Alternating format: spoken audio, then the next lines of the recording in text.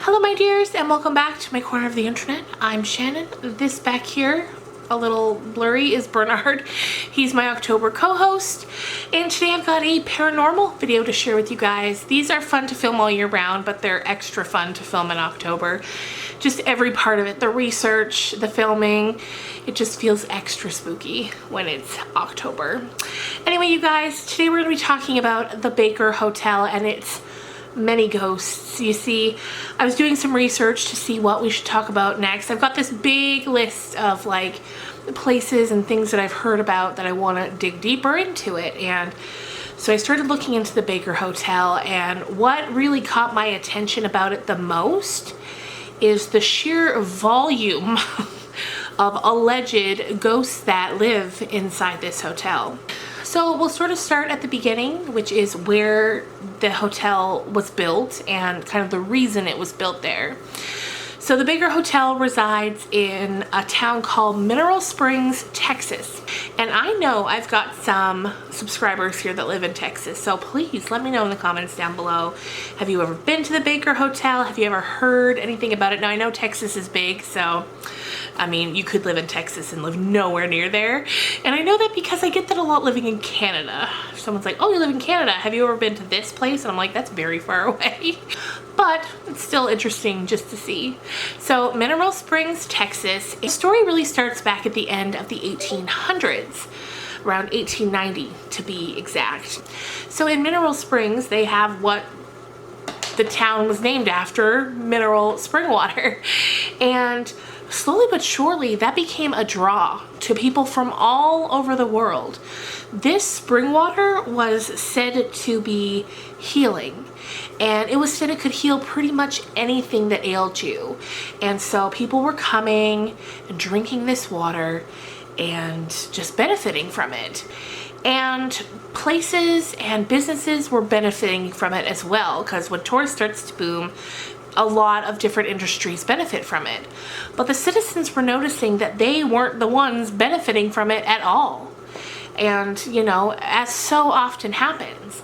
But they weren't ready to just sit there and take it and watch everyone else prosper off of their town. So they actually started pooling money, fundraising, and they built a big, beautiful hotel, the Baker Hotel. And like, this is one of those grand hotels of yesteryear, you know, just so big and beautiful.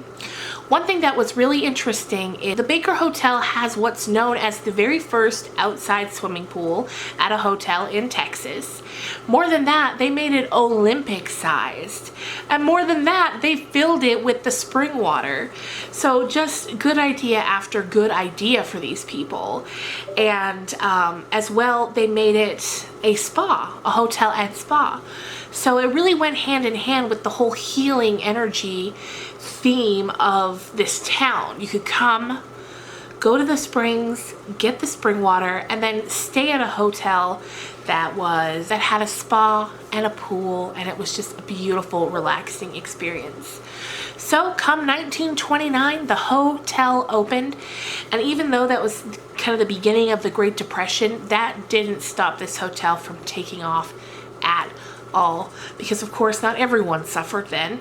The very wealthy, celebrities, things like that, they flocked to this hotel to get to experience it for themselves, and it was a huge success. And now is kind of when the stories began to come about from inside the hotel, because as with any place that's full of a lot of people, a lot of the time there are bound to be casualties there, or fatalities. Just like, you know, and that's why I love stories of haunted hotels, because just the sheer amount of people in and out of there, there's bound to be some things go wrong. The same with when you hear stories about haunted hospitals, and even houses, especially older houses. There's been so many families living in these houses that just statistically there's bound to be some people pass away. So the stories start rolling in, and long before the hotel, which is now currently closed, before it closed, stories of the hauntings began to circulate around. And now I'm going to tell you about some of the ghosts that have reportedly been stalking these halls for decades. Now, 2 of them involve falling from a window. One is accidental, one was on purpose, and there's just something that sounds like such a terrible way to go. That every time I hear about that, it gives me chills. So the first was from a woman. So this was a 14-floor hotel, and a woman was staying on the 12th floor. And then one night, for whatever reason, I have to believe there had to be some substances involved, whether that was alcohol or something else, because she went up to her room on the 12th floor and thought it was a good idea to try to jump into the pool from the window of her room. And of course, that was a bad idea and she didn't make it. And now people report seeing her all over the hotel. She's just kind of roaming around, enjoying having the space to herself. The second woman, she is believed to have been a mistress of the hotel manager at the time. Now, I couldn't find a year for this or the one before her, but so she had a room on the 7th floor, and it was said that she was the mistress of a manager at the hotel, and I guess they had some sort of falling out, some sort of fight, and she just threw herself out her window. And now the room where she stayed, it said that whenever you walk in there, you can immediately smell her perfume. And one of the maids who had been cleaning the rooms quite a while after it had happened claims that she and other maids would see in this room glasses, like drinking glasses with lipstick stains on the rim. It always looked the same. It was always in this one room, and it was even when nobody had been staying in the hotel the night before. So that's a little creepy. And it was a porter who worked in the hotel in the 50s and 60s who seems to have been the first person to see her ghost. And she roams on the 7th floor, most generally in the room where she had been staying. Another ghost that is said to roam this hotel is a bellhop. Now, this was a young man, and this took place in the 50s, and his passing involved a really, really grisly accident. It was a malfunction with the elevators, and something snapped or it broke in such a way that he actually ended up getting severed in 2. And whenever anybody reportedly sees that ghost, they say that they only see the top half, which is so eerie. Another really chilling story is at one point there was a group of World War II veterans and their spouses. They were brought into the hotel for a tour, and there's a room on, I believe it's on the 1st floor, and there's a ballroom, and it's called the Brozos room. And when the group went into this room, one of the veterans and his wife, they stopped, and the man, he says, "Can you hear that?" And they all start listening, and they begin to hear what sounds like silverware clattering and sort of background chatter, and then all of a sudden orchestra music. And it was like it was kind of a ghostly echo from days gone by, back when the hotel was at its heyday in the 30s and 40s, and they could all just hear it. And that, the sound of music, is something that I've heard a bunch of different accounts talk about when they go in and they can hear the music, and that would be so chilling. That'd be so creepy. Maybe the most famous ghost is that of T.D. Baker. He was the nephew of the original baker that opened the hotel, and in the early 70s he was getting older and getting sicker, and he moved into a suite in the hotel. He, I guess, wanted to finish out his life there, and so he did. And soon after his passing, there were accounts of seeing his ghost.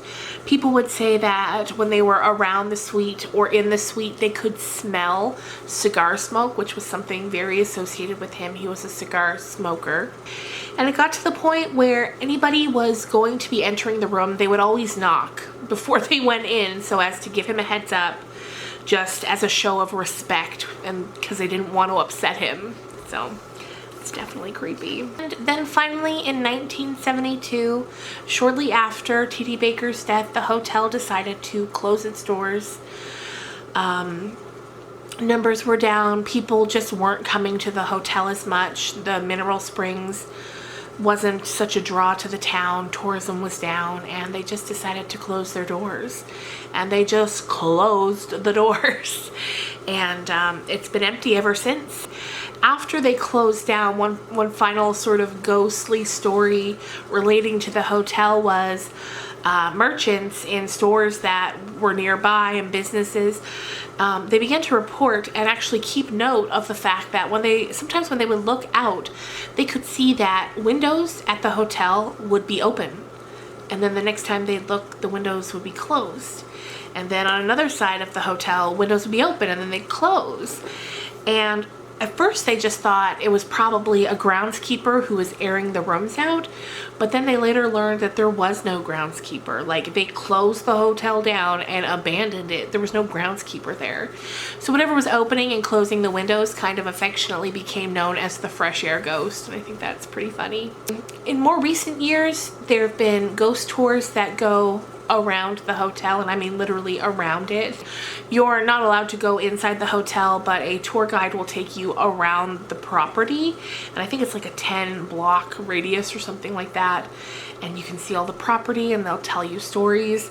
And when you go to like the Yelp review page, some people really enjoy it, but some people are mad that they're being charged, like, I think it was $25, and they didn't even get to go inside the hotel. So lots of different people have lots of different feelings on that. One of the things that I forgot to mention in this video is that restoration plans have begun for the hotel.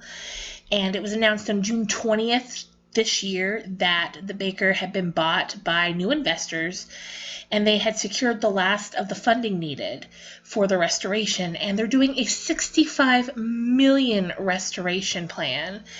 And that's going to go into effect soon, and the hotel's projected to open again in 2022.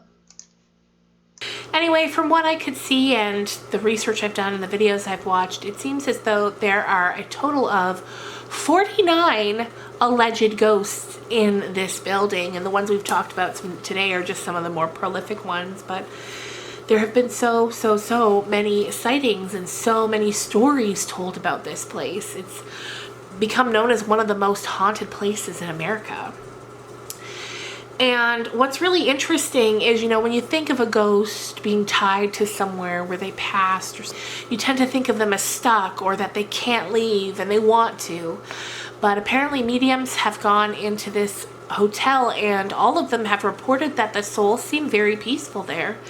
That maybe they just liked it when they were living. Perhaps they had such a good experience, because of course you have to remember the hotel was created to be a relaxing place.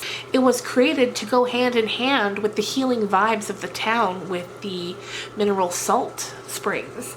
So maybe it was just, they just liked it there, and it was a place where they felt peace and happiness.